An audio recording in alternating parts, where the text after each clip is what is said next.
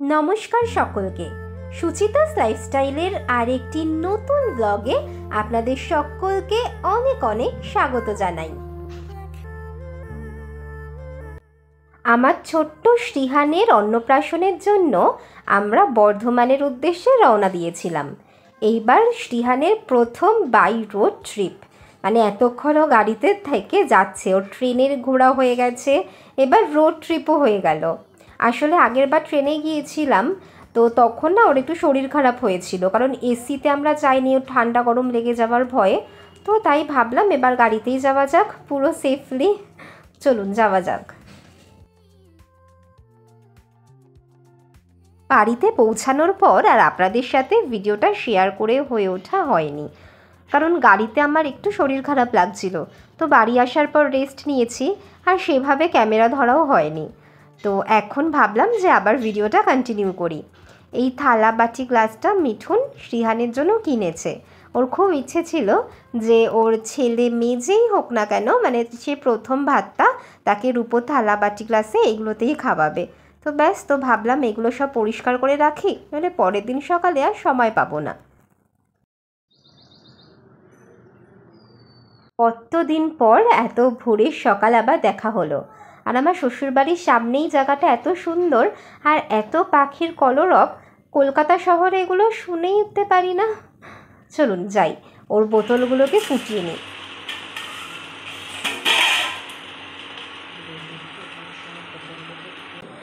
আজকের দিনটা আমার সোনার জন্য খুব খুব স্পেশাল। এই কিছুদিন আগে ছোট্ট সোনাটা আমার কাছে এসেছিল, দেখতে দেখতে আজকে ওর ভাত খাবার দিনও চলে আসলো। তো ঘড়িতে বাজে এখন 7:30টার মতো। আমি ঘুম থেকে উঠে সকালবেলা আগে যেগুলো ওর কাজ দেখালামই তো, যে জল ফুটিয়ে ওর খাওয়া জলটা রেডি করে ওর বোতলগুলোকে স্টেরিলাইজ করে রাখলাম, কারণ ও উঠলে ওকে একটু দেরিতেই স্নান করাবো। তারপর আমাদের যেখানে অনুষ্ঠানটা আজকে হচ্ছে সেখানে চলে যাব, তো সেই জন্য সমস্তটা গুছিয়ে নিলাম। আর কালকে রাতেই ওর বাটি যেটাতেও খাবে, থালা বাটি চামচ সমস্ত কিছু ধুয়ে রেখেছিলাম। ওর জামা কাপড়গুলো একবারে রেডি করে রেখেছিলাম, যাতে সকালবেলা তাড়াহুড়ো না হয়। দেখতে দেখতে মানে কেমন একটা অনুভূতি হচ্ছে, দেখতে দেখতে আমার সোনার স্পেশাল দিনটা মানে কত তাড়াতাড়ি চলে আসলো, কত তাড়াতাড়ি ছোট্ট সোনাটা একটু একটু করে বড় হয়ে যাচ্ছে। ভাত খাবে আজকে ও। তো চলুন ওকে দেখুন আজকের পুরো ভিডিওটা। ওকে সবাই খুব খুব আশীর্বাদ করবেন যাতে ও ভালো থাকে, সুস্থ থাকে, আর মানুষের মতো মানুষ হয়, এই আর কি। এই যে সোনার ঘুম ভেঙে গেছে, সোনা ঘুম থেকে উঠে হা করে তাকিয়ে আছে। ও মোবাইল খুব ভালো দেখে, ও নিজেকে খুব ভালো দেখে, আয়নাতে এত সুন্দর দেখে আসবে না। চলো সোনাকে এবার ফ্রেশ করিয়ে দিই। আজকে যেখানে সোনার অনুষ্ঠানটি হচ্ছে সেখানে সকালবেলা এই ডেকোরেশনের কাজ শুরু হয়ে গেছে। আমি মিঠুনকে বলেছিলাম যে ছোট ছোট কিছু ক্লিপ পেলে আমাকে দিও, কারণ পুরো ভিডিও তো আমিই করি নিজে, তো সেইভাবে না মানে আমার কাছে কোনো ক্লিপই নেই। তো যেরকম পেরেছি আপনাদের সাথে সেইভাবেই শেয়ার করছি। অল্প অল্প কিছু ক্লিপ আছে, সেগুলো দিয়েই চেষ্টা করছি যে ভিডিওটা সুন্দর করে করে তোলার, কারণ বড় হয়ে তো সোনা দেখবে, এমনি তো ভিডিও হবে সেখানে দেখবে, সাথে আমার ব্লগেও দেখবে। চলুন, এইদিকে আমি সকাল সকাল করে তাড়াতাড়ি পায়েস বসিয়ে দিয়েছি। আমার খুব ইচ্ছে ছিল যে আজকের পায়েসটাও আমার হাতেই খাবে। এরপর এইদিকে চলে এসছে, মানে আমার শ্বশুরবাড়ির নিয়ম হচ্ছে যে ঠাকুরের যেটা প্রসাদ, মানে বাঁকুড়ায় আমার শ্বশুরের বাড়ি, তো সেখানে জনার্দনের মন্দির আছে, তো সেখানকার প্রসাদ পুজো দিয়ে বাবা গিয়ে নিয়ে এসেছিলো। তো সেই প্রসাদ দিয়ে প্রথম মানে ওর মুখ এঁঠো করানো হবে। তো সকাল সকাল ও স্নানটা আর হয়নি, এখানে মা বাবা আশীর্বাদ করে ওকে চেন পরিয়ে দিল, আর এরপর ঠাকুরের প্রসাদটা ওকে দেবে। আর স্নানটা না আমি ওকে খুব সকালে করাইনি, কারণ এমনিতেই ও না ওই 11টা থেকে 12টার মধ্যে স্নান করে। আর আমাদের জল মানে কলকাতার জল আর বর্ধমানের জল একটু আলাদা আছে, তো মানে দেখবেন জল চেঞ্জ হলে একটু শরীর খারাপ হওয়ার চান্স থাকে। তো সেই জন্য আমি বললাম যে আমি 10টার মধ্যে করাবো, তার আগে করাবো না, যদি মানে স্নান করালে ঠান্ডা লেগে যায় আর কি, তাই আর রিস্ক নিয়ে লাভ নেই। আগেরবার একটু শরীর খারাপ হয়েছিল ওর এখান থেকে গিয়ে, তো যতটা সম্ভব ঠিকঠাক করে রাখা যায়। সোনার মুখে প্রসাদ দেওয়া হয়েও গেছে, এবার জল খাচ্ছে প্রথমবার। জল কি আর খেতে পারে, ওই একটু ওকে দেওয়া হচ্ছে।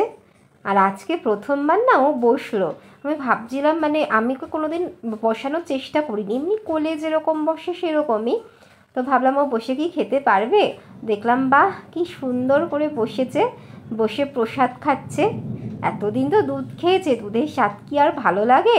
আর ভালো লাগছে না, এবার অন্য কিছু টেস্ট করতে হবে। কোনটা ধরবি কোনটা ধরবি কোনটা ধরবি কোনটা ধরবি? ও পড়াশোনা করবি? বাবার ভয়ে পড়াশোনা হবে নাকি?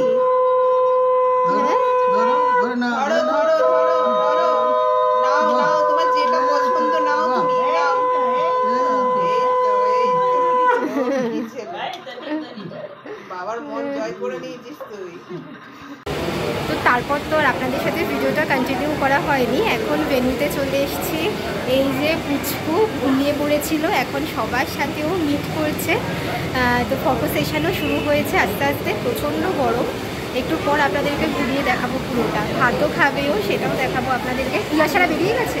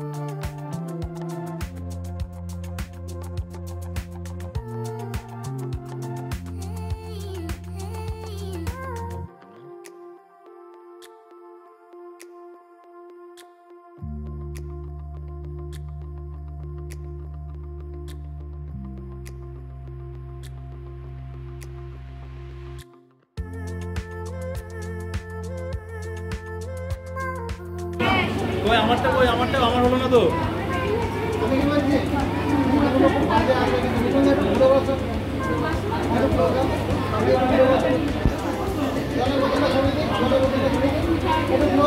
জেঠু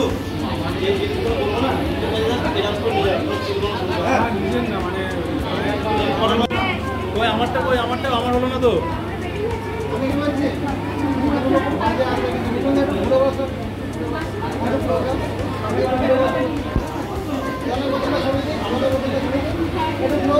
জেঠু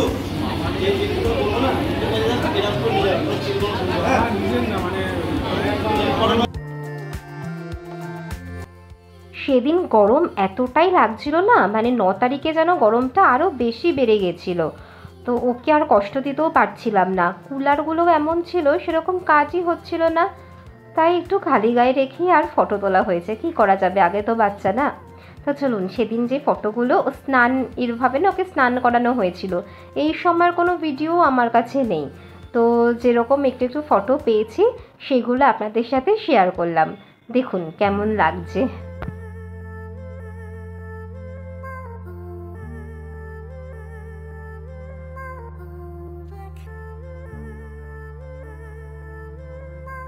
সারা দিন পর মোটামুটি এখন একটু ফাঁকা হলাম। আর পুচকুকে আমি মিঠুনের সাথে বাড়ি পাঠিয়ে দিয়েছি। প্রচণ্ড গরম, আজকে যেন গরমটা আরও বেশি লাগছে, মানে খুব খারাপ অবস্থা, একদম ঘেমে থেমে একাকার। আর নিজের বাড়ির অনুষ্ঠান, খাওয়া দাওয়া তো সেরকম কিছু হয়ই না। ছোটো ছোটো আমি ভিডিও করার চেষ্টা করেছি, তো সেইগুলো আপনাদের সকলের সাথে শেয়ার করলাম। দেখবেন কেমন লাগলো আজকে ওই অনুষ্ঠানটা। আর তো গরমে তো পাঞ্জাবি পরার ওরকম অভ্যাস নেই, এরকম ফুল হাতা জামা পাঞ্জাবি এসবের ও একদম অভ্যস্ত না। তো সেই জন্য ওকে মানে খালি গায়ে রেখেছিলাম। ওর এত কষ্ট হচ্ছে, আমরা বড়রা নিজেরাই পাচ্ছি না, সেখানে ও তো অনেক ছোট। তো মিঠুনকে বললাম তাড়াতাড়ি ওকে বাড়ি নিয়ে যাও, বেশি ফটোশ্যুটের দরকার নেই, পরে ফটোশ্যুট করা যাবে। তো ফটোগ্রাফার দাদাকে বললাম যে কালকে আসলে একটু ওর ফটো তুলে দিতে, নইলে অ্যালবামে ফাঁকা ফাঁকা লাগবে না।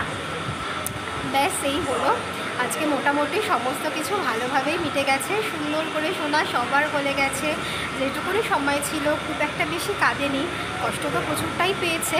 তাহলেও মোটামুটি সবটা ভালো করে হচ্ছে। আপনারা সবাই ওকে খুব খুব আশীর্বাদ দেবেন। তো আজকের ভিডিওটি এখানেই শেষ করছি। আমার ভিডিওটি ভালো লেগে থাকলে অবশ্যই লাইক, শেয়ার এবং সাবস্ক্রাইব করতে ভুলবেন না। ধন্যবাদ। খুব শীঘ্রই দেখা হচ্ছে পরের একটি ব্লগে।